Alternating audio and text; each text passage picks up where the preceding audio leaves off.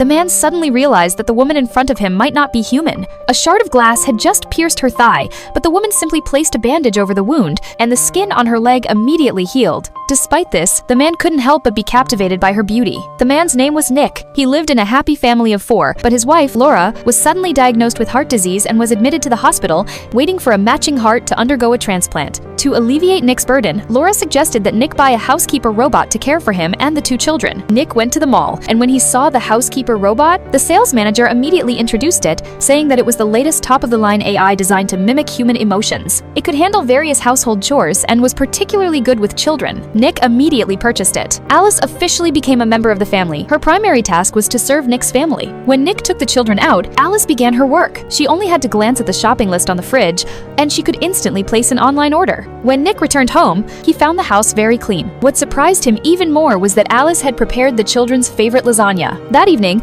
Nick wanted Alice to watch television with him. Since Alice's internal program already had preset impressions of the films, Nick decided to restart her system and delete those preset memories. From the moment Alice was rebooted, she developed feelings for Nick. Soon after, Nick learned that his wife's condition had worsened, but they still couldn't find a suitable heart for the transplant. Alice sensed Nick's distress and comforted him, but her behavior became quite intimate.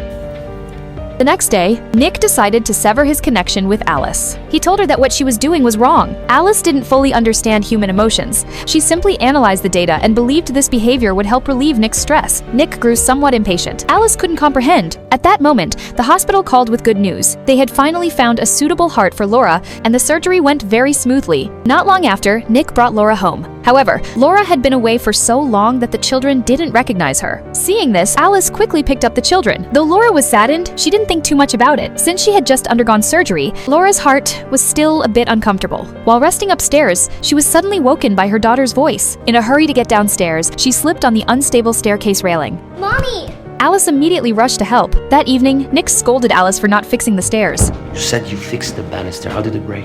I'm happy to fix it again. The following evening, Nick prepared a surprise for Laura. Just as they were being intimate, Alice suddenly barged in and said the eldest daughter had a nightmare and was looking for her father. Nick went to take care of the daughter. Later that night, Nick was cleaning up the dishes outside when a drunk David came to the door. It turned out that the police had contacted David about the construction site robots, and he mistakenly thought Nick had snitched on him. Ignoring Nick's explanation, David struck him. Alice stopped David's actions, and David warned Nick to go to the boss the next day to retract the accusation, or he would claim that Nick was involved in the sabotage. That night, Alice killed David's entire family. The next day, Nick went to the construction site, not knowing how to plead with the boss, only to learn that David had been killed the night before. Nick couldn't believe it.